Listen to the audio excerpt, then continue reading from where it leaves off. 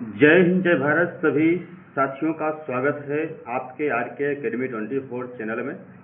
आपने थंबनेल में देख लिया होगा कि आज की जो क्लास है वो कितनी महत्वपूर्ण है और क्या चीज़ हम आपके लिए आज इस क्लास में लेके आए हैं।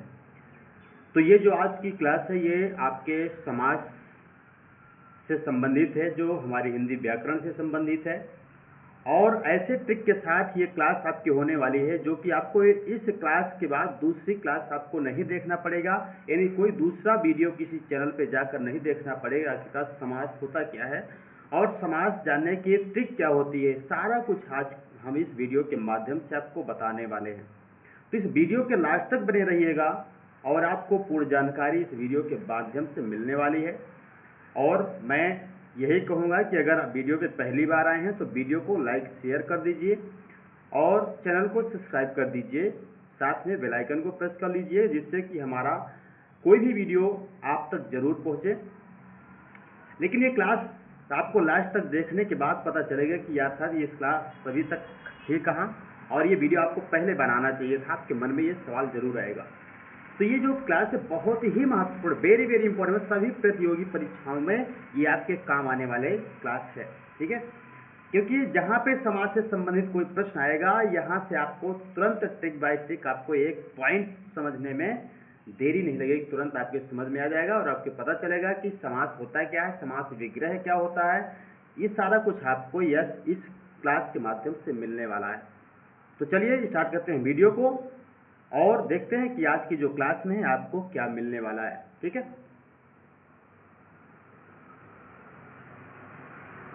देखिए पहले जान लेते हैं, ये है पहले यहाँ पे समाज की संरचना। यहाँ पे समाज की संरचना एक बात समझ लेते हैं, समाज होता क्या है, समाज बनता कैसे है, ये सारा कुछ यहाँ पे डिटेल में दिया गया है। समाज हम उसे कहते हैं जैसे कहते हैं ना कि दो या अधिक शब्दों के मेल से बना नया सार्थक शब्द, यानी संक्षिप्त रूप जिसे कहते हैं या सूक्ष्म रूप कहते हैं, उसी को हम समास कहते हैं। जैसे कई शब्द मिलके और शब्द मिल करके एक छोटे शब्द का रूप ले लेता है, उसी को हम समास कहते हैं मेरे शब्दों में, साधारण शब्दों में, ठीक है। जैसे कि यहाँ पे कुछ पॉइंट दिया है, पूर्व पद और प्लस यानी धन उत्तर पद। ये क्या होता है, पूर्व पद पहला होता है जो सबसे पहले पद आता है, शब्द आता है, और उसके बाद जो लास्ट का पद होता है उसे हम उत्तर पद कहते हैं, ठीक है। मतलब कि दोनों को मिला करके दोनों को जोड़ देने पर समस्त पद हो जाता है, मतलब संपूर्ण पद हो जाता है, पूरा पद पूर्ण हो जाता है। जैसे यहाँ पे एग्जाम्पल के लिए सर्व और धन है प्रिय, है ना, सर्व धन प्रिय, है ना। जैसे यहाँ पे दोनों का अब यहाँ पे बोला जा रहा है, अब यहाँ पे जो धन लगा हुआ है इसको अगर हटा दिया जाए तो सर्व प्रिय हो जाएगा, मतलब जो सबको प्रिय लगने वाला, जो सबको अच्छा लगने वाला, जिसे हम कह सकते हैं। तो यहाँ पे आप यहाँ मुझे उम्मीद है कि यहाँ तक आप समझ गए होंगे। तो यहाँ पे समास का ये रोल है। तो मुझे उम्मीद है कि यहाँ तक आपको समझ में आ गया होगा, ठीक है। अगला देखते हैं,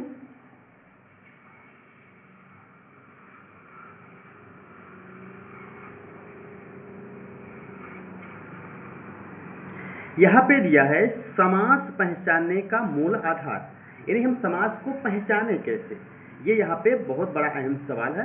तो इसको ध्यान से देखते हैं।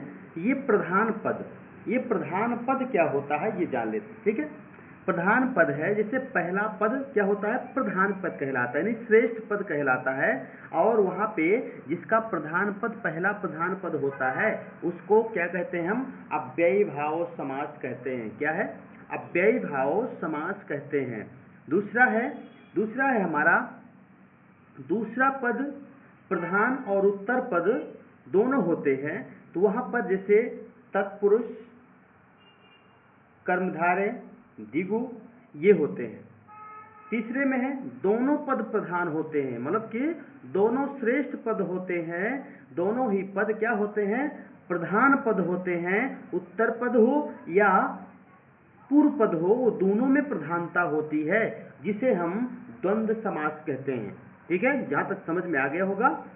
और चौथा आपका है कोई पद प्रधान नहीं है, जिसमें कोई पद ही प्रधान नहीं है, वो तीसरा अर्थ होता है। दोनों को मिला करके, दो शब्द मिला करके फिर तीसरा जो शब्द बनता है वही इसका अर्थ होता है। तो यहाँ पर उसी की प्रधानता बताई गई है, तो ये होता है बहुब्रीहि समास। और रही बात जो दूसरे में तत्पुरुष और कर्मधारय और द्विगु, इनमें तीनों में क्या होता है, दूसरा पद और उत्तर पद दोनों होते हैं। क्या है, दूसरा पद प्रधान होता है और उत्तर पद। ठीक है, दूसरा पद क्या होता है, प्रधान, जिसे हम क्या कहते हैं, उत्तर पद कहते हैं। तो इसमें देखिए कर्मधारय में क्या होता, पहला पद, जैसे हमने लिखा राम स्कूल, सॉरी, जैसे हम यहाँ पे एग्जाम्पल के लिए कि यथाशक्ति, यथाशक्ति कहो या आजीवन कहो, तो आ इसमें शब्द जो आया है, आ शब्द जो आया है, इसको क्या कहते हैं, ये हमारा पहला पद हो गया और ये पद क्या हो गया, आ। और यथाशक्ति में तो यथा हो गया, यथा प्रधान हो गया, और शक्ति क्या है, उत्तर पद है, तो उसकी कोई प्रधानता नहीं है। लेकिन यहाँ पे तत्पुरुष में, कर्मधारय में और द्विगु में दूसरा पद प्रधान होता है। ठीक है, यहाँ तक समझ में आ गया होगा।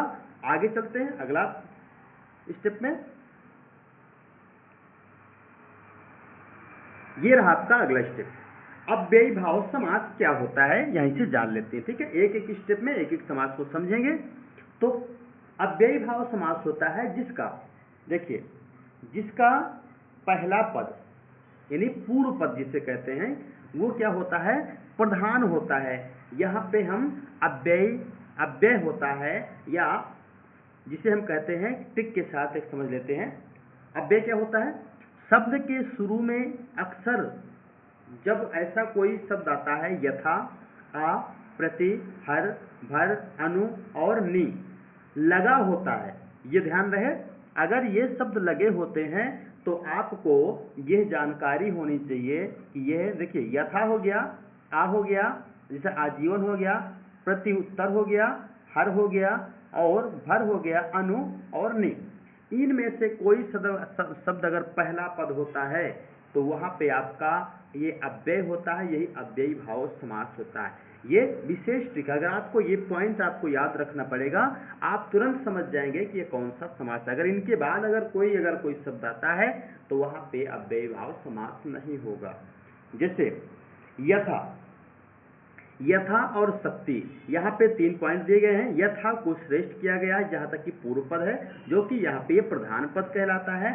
तो यथा और धन, शक्ति, दोनों शब्दों को मिला दिया गया तो एक नए शब्द का रूप बन गया, जिसे हम संक्षिप्त रूप कहा जाता है। यहाँ पे क्या बन गया, यथाशक्ति, मतलब जितना संभव हो, इसका अर्थ होता है जितना संभव हो, जितनी शक्ति हो सके, है ना। कहते ना कि जैसे कुछ लोग कहते हैं कि भाई जितना जोर लगाना हो लगा दो, जितना आपकी ताकत हो उतने लगाइए, बाकी हम हैं। या तो कभी कभी होता है ना कि कोई पावरफुल बात होती है या पैसे संबंधी, भाई जितनी आपसे मदद हो सके आप उतनी लगाइए, बाकी हम बाकी कर लेंगे। तो यहाँ पे क्या हो गया, जितना संभव हो सके, यथा, यथा क्या है, यहाँ पे प्रधान यानी पहला पद प्रधान हो गया। जैसे प्रति में, प्रतिधन दिन है तो प्रतिदिन, प्रति उत्तर जिसे कहते हैं हर दिन, तो यहाँ पे क्या हो गया, प्रति शब्द यहाँ पे श्रेष्ठ हो गया, यानी कि पूर्व पद हो गया, पहला पद यहाँ का प्रधान हो गया। और जैसे मैंने यहाँ पे बताया, आ में आजीवन, आमरण, तो यहाँ पे क्या हो जाता है, आजीवन कहो, आमरण, तो यहाँ आ शब्द जो आया है ये क्या हो गया, ये हमारा प्रधान पद है, यानी पूर्व पद हमारा पहला पद प्रधान है। यहाँ तक समझ में आ गया होगा। अगला आगे चलें। ना समझ में आया तो जरूर हमें कमेंट में बताते जाइए कि हमें समझ में आया है या नहीं। ठीक है, और सभी बंधुओं से यह निवेदन है कि जरूर चैनल को शेयर कर दें, सब्सक्राइब कर लें, शेयर करें वीडियो को, और चैनल पे पहली बार आए तो जरूर सब्सक्राइब करके बेल आइकन को जरूर प्रेस कर लीजिएगा, जिससे हमारा हर एक वीडियो आप तक जरूर पहुंचे। ठीक है, आगे चलें। अब यहां पे आ गया आपका तत्पुरुष समास। दूसरा है तत्पुरुष समास। हम इसको जान लेते हैं कि आखिरकार तत्पुरुष समास होता क्या है। ठीक है, देखिए तत्पुरुष समास का जो उत्तर पद होता है, यानी दूसरा जो पद होता है, वो क्या होता है? प्रधान होता है, श्रेष्ठ होता है, उसकी महानता यानी प्रधानता बताई जाती है। ठीक है, जैसे टिक के साथ यहां समझ लेते हैं एक बार। ओके,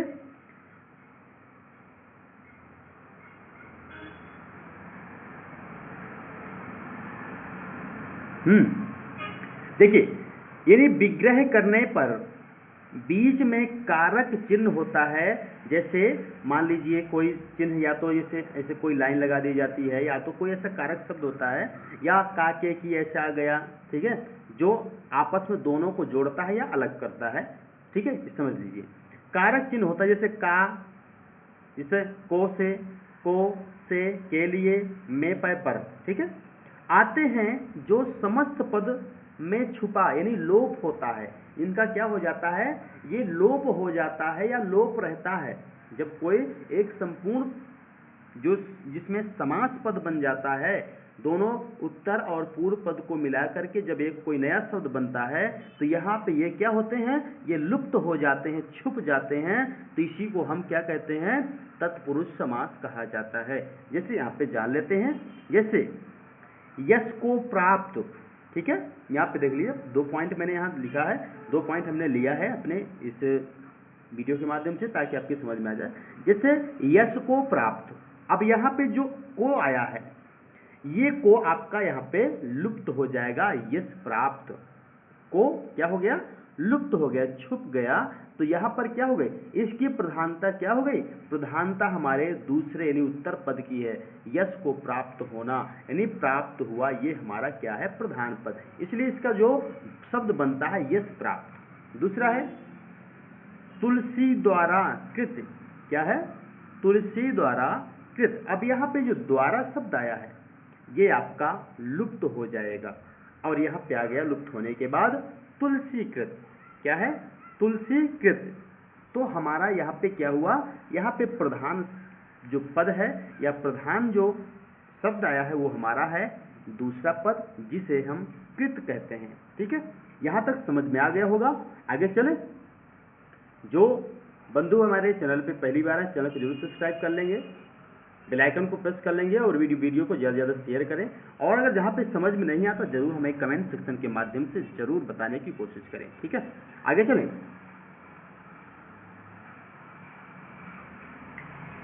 अब यहाँ पे हम समझते हैं, यहाँ पे मेन पॉइंट समझना है। ये एक हमने जो आपके लिए ये पॉइंट लिया है, यहाँ से समझ में आ जाना चाहिए। जैसे हमारा है पहला कर्म। क्या है? कर्म को जान लेते हैं। ठीक है, कर्म क्या होता है? उदाहरण के लिए शरणागत होता है, करण गुण युक्त होता है, और अधिकरण आपका जैसे घुड़सवार उदाहरण के लिए। और कर्म क्या होता है? शरणागत, जिसके शरण में आ गया। ठीक है, और गुण युक्त ये करण है जिसमें सभी गुणों से संपन्न हो। ठीक है, संबंध राजपुत्री, राजा की पुत्री, तो यहाँ उन दोनों संबंधों को जोड़ती है। तो यहाँ पे क्या हो गया? राजा का पुत्र या के पुत्री या की रानी। अब यहाँ पे आ जाए कि राज रानी, तो यहाँ राजा की रानी। और यहाँ पे जैसे कहा गया अधिकरण में उदाहरण के लिए कि घुड़सवार, घोड़े पर सवार या घोड़े में सवार, या घर के अंदर मतलब घर घोड़े पर सवार, पर माने ऊपर और में माने अंदर, है ना। तो यहाँ पे पर का प्रयोग हुआ। अब जैसे यहाँ पे उदाहरण के लिए गुण युक्त, गुण से युक्त या गुण के द्वारा युक्त, यहाँ पे ये पॉइंट यहाँ पे दिए गए। मुझे उम्मीद है कि आपको समझ में यहाँ तक आया होगा। अब यहाँ पे आया आपादान। क्या होता है? आपादान आपस से अलग करता है, मतलब से होना, अलग होना। ठीक है, जैसे देश निकाला, मतलब देश से अलग करना, देश से निकालना, तो यहाँ पर हमारा आपादान हो जाता है। और संप्रदान के लिए मतलब गौशाला, गायों के लिए, शाला यानी गायों के लिए घर। यहाँ पे मुझे उम्मीद है कि अब तक आपके दिमाग में ये बात समझ में आ गई होगी। तो यहाँ पे तत्पुरुष समास के 6 कारक यानी भेद थे। यहाँ तक आप तत्पुरुष को समझ गए होंगे कि क्या होता है। ठीक है, आगे चलें।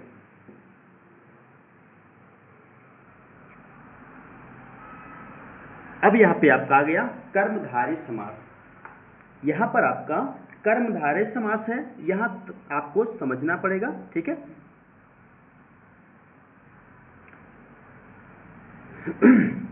एक पद विशेषण होता है यानी कि जिसे कहते हैं डिस्क्रिप्टर। ठीक है, और दूसरा विशेष होता है जिसे हम सब्जेक्ट यानी कर्ता कहते हैं। ठीक है, या कर्म कहते हैं। सब्जेक्ट माने कर्म होता है या कर्ता कह सकते हो। ठीक है, तो होता है या उपमेय में, उपमेय और उपमान दोनों का मेल हो जाता है, उसी को हम कर्मधारय कहते हैं, जिसे हम कंपैरिजन कहते हैं। मतलब कंपैरिजन तो मतलब किसी की किसी से तुलना करना। ये समझ में आ गया, मतलब किसी की किसी से तुलना करना, उपमेय में उपमान की तुलना करना। तो यहाँ पर क्या हो गया हमारा, इसका दोनों का संबंध होता है। ठीक है, जैसे ट्रिक के साथ थोड़ी समझ लेते हैं।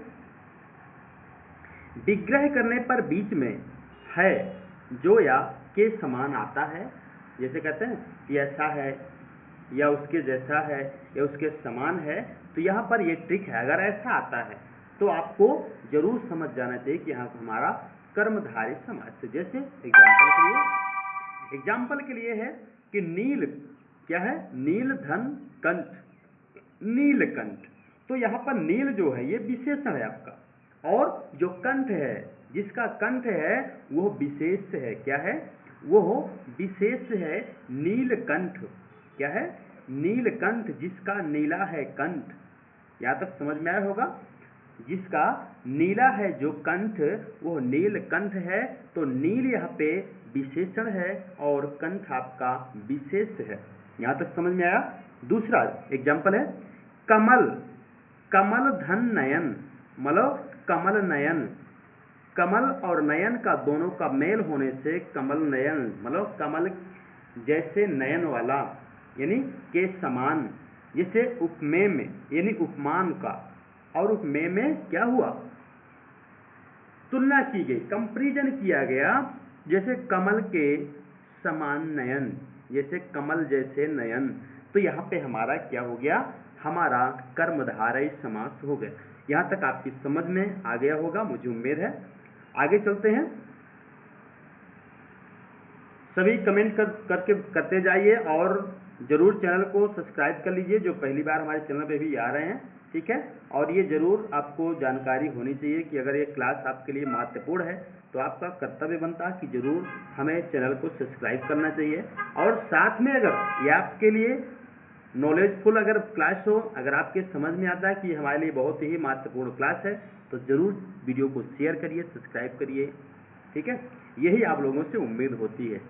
आगे चलें।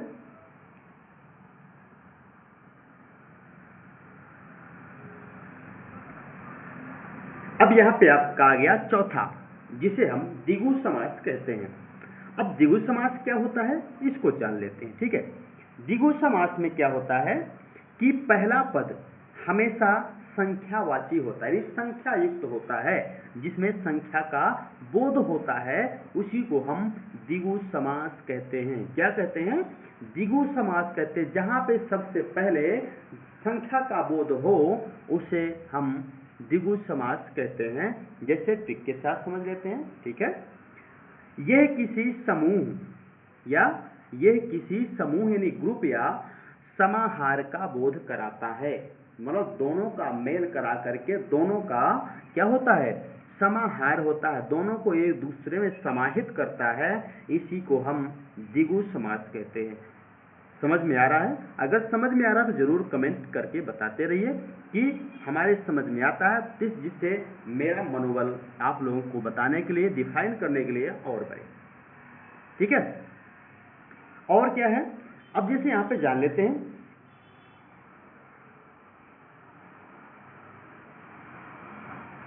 यहां पे त्रिवेणी, अब त्रि का मतलब होता है तीन वेणी, मतलब तीन बेड़ियों का समूह, जिसे हम त्रिवेणी कहते हैं। तीन बेड़ियों का समूह जिसे हम त्रिवेणी कहते हैं, जिसे चौमासा 4 महीनों का मास, क्या होता है? चौमासा 4 महीनों का मास, 4 महीनों का क्या होता है? महीना।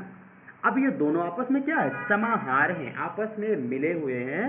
ये 4 महीनों का जो समूह होता है उसी को चौमास कहते हैं। ठीक है। नवरात्र, ये है क्या है?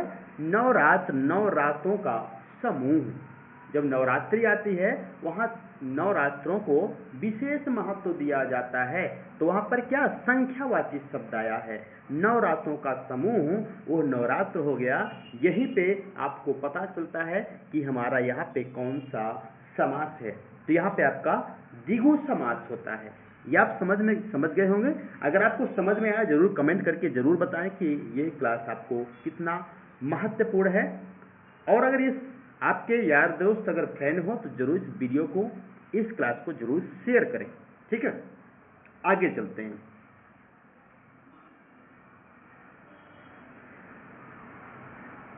यहां पे आपका द्वंद्व समास आया हुआ है। क्या है? द्वंद्व समास है। अब द्वंद्व समास में हम जान लेते हैं कि आखिरकार द्वंद्व समास होता क्या है। द्वंद्व समास क्या होता है? दोनों पद, द्वंद्व समास में दोनों पद प्रधान होते हैं इक्वल वेट। ठीक है, इक्वल वेट मतलब दोनों की प्रधानता होती है, दोनों शब्द क्या होते हैं? प्रधान होते हैं। जैसे टिक के साथ समझ लेते हैं, जैसे टिक के साथ समझते हैं कि दोनों पदों के बीच योजक चिन्ह, जिसे हम एक बड़ी लाइन ऐसे कहते हैं, ये योजक चिन्ह होता है, यानी लगा होता है। विग्रह करने पर और तथा या अथवा आता है। यहाँ विलोम शब्द आम है। क्या है? यहाँ विलोम शब्द आम होता है, मतलब कि एक शब्द आता है उसका विलोम होता है। जैसे यहाँ पे आप जान लेते हैं, तो जब विलोम शब्द होता है, एक पहला पद क्या होता है? उस कोई भी पद आता है उसका एक दूसरा शब्द क्या होगा? विलोम होगा। अब उनके बीच में जो एक चिन्ह होगा वो योजक चिन्ह होता है, और हो सकता है, तथा हो सकता है, अथवा हो सकता है। ठीक है, तो यहाँ पर विलोम शब्द का आना आम बात है। तो जैसे यहाँ पे पाप, पाप क्या है? पाप को हम जानते हैं कि पाप शब्द क्या है। अब पाप का उल्टा हो गया पुण्य। तो अब इन दोनों शब्दों को जोड़ने के लिए, इन दोनों शब्दों को तौलने के लिए, जोड़ने के लिए पाप और पुण्य, यहाँ पे और शब्द का प्रयोग हुआ। तो यहाँ पे दोनों का विलोम है, या पुण्य का पाप हो सकता है या पाप का पुण्य है। यहाँ तक समझ में आया होगा। जैसे यहाँ एक और एग्जांपल है, माता पिता। क्या है? माता पिता, माता और पिता, यहाँ पे दोनों शब्दों का मेल है। माता का पिता एक विलोम शब्द है। जैसे दूसरा है हानि लाभ। हानि लाभ क्या है? हानि या लाभ, मतलब हानि का दूसरा रूप है, विलोम है लाभ। यहाँ तक समझ में आ गया होगा। अगर समझ में नहीं आया तो मैं दोबारा रिपीट कर देता हूँ। जैसे दोनों पदों के बीच, देखिए, जब दोनों पदों के बीच योजक चिन्ह होता है या और तथा अथवा होता है, तो वहां पे आपका क्या होगा? द्वंद्व समास होगा, जो दोनों शब्द को जोड़ता हो और जहां एक शब्द का दूसरा शब्द जो बनता है वो विलोम हो, वहां पे आपका द्वंद्व समास होता है। ये आपको जानकारी होनी चाहिए, आपकी समझ में आ गया होगा। आगे चलें। अगला है हमारा यहाँ पे छठवां आपका समास है बहुव्रीहि समास। क्या है? बहुव्रीहि समास। ये क्या होता है इसको जान लीजिए। ठीक है, इसको जान लीजिए कि आखिरकार बहुव्रीहि समास होता क्या है। ठीक है, जैसे कोई भी पद प्रधान इसमें नहीं होता। क्या है? जैसे हमने ऊपर पढ़ा, उनमें पद प्रधान उत्तर पद प्रधान होता है या पूर्व पद प्रधान होता है। तो इसमें जो बहुव्रीहि समास है, इसमें कोई भी पद प्रधानता नहीं होती किसी पद की। जब दोनों शब्द को मिलाकर कोई नया शब्द संक्षिप्त रूप बनता है, शब्द बनता है, तीसरा शब्द बस होता है। यहाँ पे किसी पद की प्रधानता नहीं होती। जैसे यहाँ पे देख लीजिए एक बार, कोई भी पद प्रधान नहीं होता, दोनों मिलकर किसी तीसरे विशेष अर्थ की ओर संकेत करते हैं। इतना सा बात। जैसे टिक के साथ बताया है कि अक्सर भगवानों के नाम या विशेष उपाधियां होती हैं इसमें। जैसे उदाहरण के लिए 10 और धन आनंद, 10 आनंद मतलब कि 10 मुख वाला, जिसे कहते हैं 10 मुख वाला अर्थात रावण। 10 हैं आनंद जिसके, वो कौन है? 10 आनंद, जिसे हम रावण कहते हैं। दूसरा है पीत धन अंबर। क्या है? पीत धन अंबर, पीतांबर मतलब पीला है अंबर जिसका, जिसे हम कह सकते हैं भगवान कृष्ण। तो क्या हो गया? श्री कृष्ण पीला है जिसका पीला है वस्त्र, वो कौन है? कृष्ण है। अब यहाँ दोनों शब्दों का मेल हुआ, लेकिन यहाँ पे किसी शब्द की प्रधानता नहीं बताई गई। तो यहाँ तक मैं समझता हूँ आपकी समझ में आ गया होगा। अगर नहीं समझ में आया तो एक बार और देख लो, ये दोबारा वीडियो को रिपीट कर सकते हो। ठीक है, आगे चलते हैं। जो बच्चे हमारे चैनल पे नए हैं, पहली बार हैं, जरूर चैनल को सब्सक्राइब करें, बेल आइकन को प्रेस कर लें, और अगर वीडियो अच्छा लगता है तो जरूर वीडियो को शेयर कर दें। ठीक है, आगे चलते हैं। यहाँ पर कुछ हमने टिक के साथ यहाँ पे कुछ पॉइंट लिए हैं। जैसे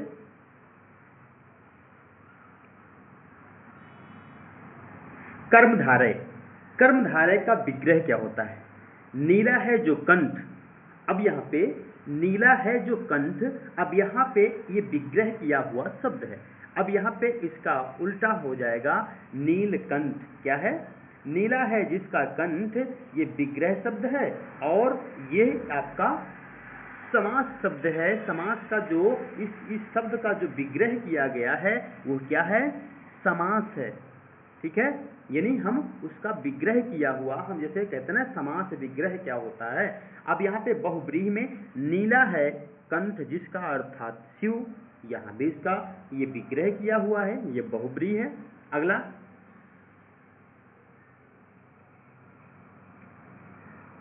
जैसे यहाँ पे एक पॉइंट है द्विगु समास। द्विगु समास और बहुब्रीहि समास, विग्रह यहाँ पे किया गया 10 आननों का समूह, यानी व्याकरणिक रूप से संभव क्या है? आम प्रयोग नहीं है। यहाँ पे ये कहा गया है 10 हैं आनंद जिसके अर्थात रावण। यह सही उत्तर है, क्योंकि दशानन एक विशेष व्यक्ति का नाम था जिसके 10 सिर थे या मुख थे। ये कहते आनंद माने मुख होता है। ठीक है, आगे अब यहां जान लीजिए कि समास पहचानने का मास्टर या फ्लो चार्ट यहाँ पे एक बनाया गया लास्ट में। अगर वहां समझ में नहीं आता जरूर लास्ट में इसको देख लीजिएगा। जैसे क्या बीच में हरफन या ये जो आपका चिन्ह दिख रहा है, ये या दोनों पद विलोम होते हैं, जिसे हम द्वंद्व समास कहते हैं। ठीक है, पहला पद प्रधान संख्या वाचक होता है, यानी पहला पद क्या होता है? जिसमें संख्या का बोध होता है। तो वहां पर यह हो जाता है क्या यह किसी विशेष व्यक्ति या भगवान को दर्शाता है। तो यहाँ पे बहुब्रीहि और आपका द्विगु समास है। ठीक है, तो यहाँ पे क्या होगा? यहाँ पे संख्या जो दर्शाता है वो आपका द्विगु समास क्या है? बहुब्रीहि, जिसे 10 आनंद है। ठीक है, तो यहाँ पे भगवानों को दर्शाता है। ठीक है, और क्या है? यहाँ पे देख लीजिए, क्या यह किसी तीसरे विशेष अर्थ अर्थात भगवान उपाधि की ओर इशारा कर रहा है। तो यही बहुब्रीहि समास ही होगा। ठीक है, क्या पहला पद अव्यय अथा यथा प्रति आ है, तो वो आपका क्या होगा? अव्ययी भाव। क्या है? अव्ययी भाव होगा। यथा तथा जो ऐसा आता है वहां पे आपका प्रति आता है, तो आपको अव्ययी भाव समास हो जाएगा। ठीक है, अगला है क्या पहला पद दूसरे पद की विशेषता यानी विशेषण बता रहा होता है? हाँ बिल्कुल, ये क्या है? हमारा कर्मधारय समास होता है। क्या है? जब कोई पहला पद दूसरे पद की विशेषता बता रहा होता है तो वहां पे कर्मधारय समास होता है। लास्ट, क्या विग्रह करने पर कारक चिन्ह को से का आते हैं? ये हमारा तत्पुरुष समास होता है। ठीक है, मैं समझता हूं यहां तक आपके समझ में आ गया होगा। आगे देख लेते हैं, थोड़ा आपको कुछ पॉइंट और हमने यहाँ पे लिया है। ठीक है, एक एक पॉइंट पे दिखा देते हैं ताकि आपके पूरा समझ में आ जाए। जैसे गंगा जल, गंगा जल का विग्रह गंगा का जल, यानी कि का लोप हो गया है, यहाँ पे तत्पुरुष समास है। चौराहा, चार राहों का समूह, यहाँ पे संख्यावाचक शब्द आ गया है, तो यह आपका द्विगु समास हो गया है। नर और नारी यानी दोनों का यह बोध हुआ है, यानी द्वंद्व समास है। यहाँ पर विलोम शब्द का आगमन हुआ है, यहाँ पे विलोम शब्द आया हुआ है, एक शब्द के दूसरे शब्द का उल्टा हुआ है। यहाँ पे आप समझ जाएंगे, जब कोई एक शब्द आता है उसका दूसरा रूप विलोम होता तो आपका क्या होता है? द्वंद्व समास होता है। ठीक है, मन चाहा, मन का चाहा, मन से चाहा, जिसे कारक से होता है, ये करण तत्पुरुष होता है। क्या है? करण तत्पुरुष होता है। आगे चलें, अब यहाँ पे आपके ये कुछ पॉइंट है, ये पॉइंट आपके समझ में आ जाएगा। ठीक है, ये सीट है आपकी, जैसे समाज, प्रधान पद और विजुअल ट्रिक के साथ, जैसे हम समझना चाहिए कि ट्रिक क्या होती है इसके लिए, और उदाहरण लास्ट में है। ठीक है, जैसे अव्ययी भाव समास को हम ले लेते हैं। ठीक है, अव्ययी भाव समास को हम क्या करते हैं? ले लेते हैं। अव्ययी भाव समास में क्या कहा है कि पहला पद क्या होता है? पहला पद इसका प्रधान होता है। इस चार्ट में पूरा एक दिया है आपको, वहां देख सकते हैं, लास्ट में आपको देखने में कोई हर्ज नहीं, जरूर देख सकते हैं अगर वहां समझ में नहीं आए तो। अव्ययी भाव समास का जो पहला पद होता है वो इसमें प्रधान होता है, और यहाँ पे विजुअल जो ट्रिक होती है, जो याद करने योग्य जो बातें होती हैं, वो होता है यथा, आ, प्रति, फर, मतलब ये शब्द के पहले आता है, सबसे पहला शब्द यही आता है। इसके बाद हमारा जैसे प्रतिदिन, प्रति आया है और प्रतिदिन शब्द बना। ठीक है, तत्पुरुष समास, तत्पुरुष समास में क्या कहा है? इसका जो दूसरा पद होता है, यानी उत्तर पद जो होता है, वो इसमें प्रधान होता है। कारक चिन्ह का के से का गायब हो जाता है, यानी लोप हो जाता है। जैसे राजा का पुत्र, तो का यहाँ पे लोप हो गया, इसलिए राजपुत्र। जैसे कह दिया राजा की रानी, यानी राज रानी, राजा की रानी, तो का लोप हो जाएगा। दूसरा है कर्मधारय, अगला है क्या? कर्मधारय समास। क्या होता है? कर्मधारय समास का भी दूसरा यानी उत्तर पद ही प्रधान होता है। यहाँ पे विशेषण और विशेष है जो के समान, यहाँ पे जैसे कहते हैं नीला है कंठ, यानी नीलकंठ के समान जिसका नीला कंठ है, यहाँ पे आपका हो जाएगा क्या? कर्मधारय समास हो जाएगा। जैसे द्विगु समास, द्विगु समास क्या है? इसमें भी दूसरा पद प्रधान होता है, यानी उत्तर पद प्रधान होता है, और यहाँ पे पहला पद संख्यावाची होता है। क्या? संख्यावाची होता है। संख्यावाची होता है। जैसे नौ रत्न, नौ रत्नों का समूह, नौ रत्नों का समूह, तो यहाँ पे 9 शब्द आया है, 9 शब्द का बोध हुआ है, 9 शब्द का संख्यावाची शब्द आया हुआ है, 9 रत्नों का समूह 9 रत्न हो गया, तो यहाँ पे हमारा द्विगु समास हो गया। द्वंद्व समास क्या है? द्वंद्व समास होता है दोनों पद, क्या है? इसमें दोनों पद प्रधान होते हैं, दोनों पदों की प्रधानता होती है, और यहाँ तक कि यह कहा जा सकता है कि दोनों पद यहाँ पे श्रेष्ठ होते हैं। ठीक है, जैसे पाप पुण्य है ना, पाप पुण्य, यहाँ पे दोनों शब्द का विलोम भी आया है, पाप और पुण्य दोनों का विलोम भी है, और यहाँ पे आपस में दोनों प्रधान हैं, पाप भी प्रधान है और पुण्य भी प्रधानता दोनों की है, इसलिए यहाँ पे आपका क्या आया? द्वंद्व समास आया। क्या है? यहाँ पे द्वंद्व समास आया हुआ है। अब आपका यहाँ पे बहुव्रीहि समास, बहुव्रीहि समास क्या है? बहुव्रीहि समास में कोई भी पद प्रधान नहीं होता, यहाँ पे कोई किसी भी शब्द की प्रधानता नहीं होती, यहाँ पे भगवान के नाम पर तीसरा अर्थ निकलता है, जैसे गजानन, पंचानन, ठीक है, दशानन, तो यहाँ पर क्या हो गया? यहाँ पर उन भगवानों के नाम पर यहाँ पे वो शब्द का लंबोदर, लंबा है उधर जिसका, तो ऐसे ही क्या हो गया, यहाँ इन शब्दों का आगमन होता है, बाकी यहाँ पे किसी भी पद की प्रधानता नहीं होती, दोनों शब्दों को मिलाकर तीसरा पद इसमें बनता है। मैं समझता हूँ कि आपको ये वीडियो बहुत ही पसंद आया होगा, तो अगर पसंद आया है तो जरूर वीडियो को शेयर करिए, लाइक करिए, और चैनल पर पहली बार हैं तो जरूर चैनल को हमारे सब्सक्राइब कर लीजिए, बेल आइकन को प्रेस कर लीजिए। मिलते हैं अगले वीडियो के साथ, तब तक के लिए जय हिंद, जय भारत, नमस्कार सभी दोस्तों को।